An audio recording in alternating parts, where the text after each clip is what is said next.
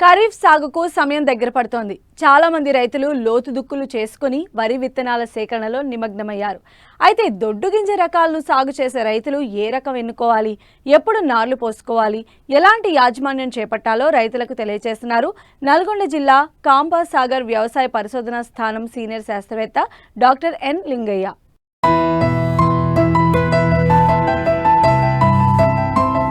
తెలంగాణలో ప్రతి ఏటా 1,00,000 నుంచి 1,20,000 ఎకరాల్లో వరి సాగవుతోంది. ఖరీఫ్లో దాదాపు 60 నుంచి 65 లక్షల ఎకరాల్లో సాగవుతూ ఉంటుంది. అయితే చాలా వరకు రైతులు దీర్ఘకాలిక రకాలను సాగు చేస్తుంటారు. ఈ రకాల పంటకాలం 150 రోజులు ఉంటుంది.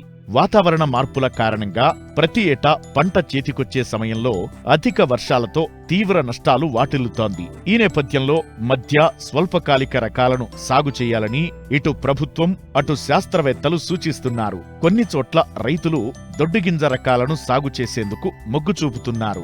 కానీ ఏ రకాలు వేసుకోవాలో తెలియక సతమతమవుతుంటారు. అలాంటి వారి కోసం ఖరీఫ్కు అనువైన దొడ్డుగింజ రకాలు, వాటి గుణగణాలేంటో తెలియజేస్తున్నారు నల్గొండ జిల్లా కంపాసాగర్ వ్యవసాయ పరిశోధనా స్థానం సీనియర్ శాస్త్రవేత్త డాక్టర్ ఎన్ లింగయ్య. ఇక్కడ ఇంకొక రకం ఉందండి, JGL 24423 అనే రకము. ఇది దొడ్డుగింజ రకము. ఈ రకము జగిత్యాల వరి 1 అనే పేరుతో ప్రాంతీయ వ్యవసాయ పరిశోధన స్థానం జగిత్యాల నుంచి విడుదల కావడం జరిగింది. ఇది మనకి వర్షాకాలానికి, యాసంగి సీజన్కి చాలా అనువైన దొడ్డుగింజ రకము. ఈ తెలంగాణ రాష్ట్రంలో బాగా ప్రాచుర్యంలోకి వచ్చిన దొడ్డుగింజ రకం ఇది. ఈ రకం యొక్క ముఖ్య లక్షణాలు మనం చూసుకున్నట్లయితే వర్షాకాలంలో ఇది మనకి 120 నుంచి 125 రోజులకు పంట కాలం ఉంటుంది. అలాగే యాసంగి సీజన్లో చూసుకున్నట్లయితే మనకి 130 నుంచి 135 రోజులు ఉంటుంది.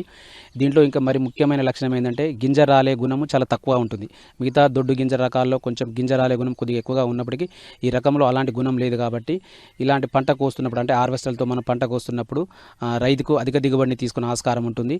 దాంతోపాటుగా మనకు ప్రకృతి వైపరీత్యాలు సంభవించినప్పుడు కూడా పంట పడిపోకుండా, గింజ రాలకుండా అలాగే చేను మీదనే ఉంటుంది. కాబట్టి ఈ రకము మంచి రకము. ఇది మనకు 2 సీజన్లో కూడా తెలంగాణ రాష్ట్రంలో బాగా ప్రాచుర్యంలోకి వచ్చింది.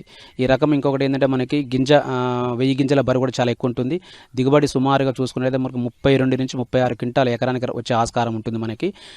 ఇది కొంతవరకు ఆకు మీద వచ్చే అగ్గి తెగులను తట్టుకుంటుంది. కానీ మెడవిరుపు తెగులుకి కొంచెంగా తట్టుకోలేదు. కాకపోతే మనం మెడవిరుపు తెగుల్ని సస్యరక్షణ చేపట్టినట్లయితే రైతు అధిక దిగుబడిని పొందడమే కాకుండా ఇలాంటి ప్రకృతి విపరీత్యాలలో కూడా మనం చాలా వరకు గింజలు రాలిపోకుండా ఉండి అధిక దిగుబడి సాధించడానికి ఆస్కారం ఉన్న ఏకైక రకం ఇది.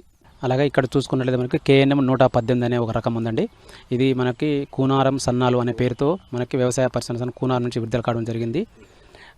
ఈ రకము ఆల్రెడీ మనకి తెలంగాణ రాష్ట్రంలో వర్షాకాలానికి, యాసంగి సీజన్లకి బాగా ప్రాచుర్యం ఉన్న రకమే ఇది. ఇది దొడ్డుగింజ రకము. వర్షాకాలంలో మనం చూసుకున్నట్లయితే 120 నుంచి 125 రోజుల పంట కాలానికి చేతికి వస్తుంది. అలాగే యాసంగిలో చూసుకున్నట్లయితే ఒక 5 నుంచి 10 రోజుల వరకు పెరిగే ఆస్కారం ఉంది.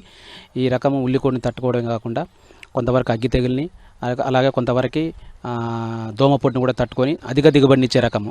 అంటే సుమారుగా మనకి 28 నుంచి 30 క్వింటాలు ఎకరానికి ఇస్తుంది. ఇది ఆల్రెడీ మనకి తెలంగాణ రాష్ట్ర రైతాంగంలో బాగా ప్రాచుర్యంలో ఉన్న రకము. ఈ రకం కూడా స్వల్పకాలిక రకం. కాబట్టి ఇలాంటి ప్రకృతి వైపరీత్యాల నుంచి తప్పించుకోవాలనుకుంటే మనం ఇలాంటి స్వల్పకాలిక రకాలను వేసుకున్నట్లయితే అలాంటి బారిన పడకుండా మనం అధిక దిగుబడిని తీసుకునేదానికి ఆస్కారం ఉంటుంది మనకి.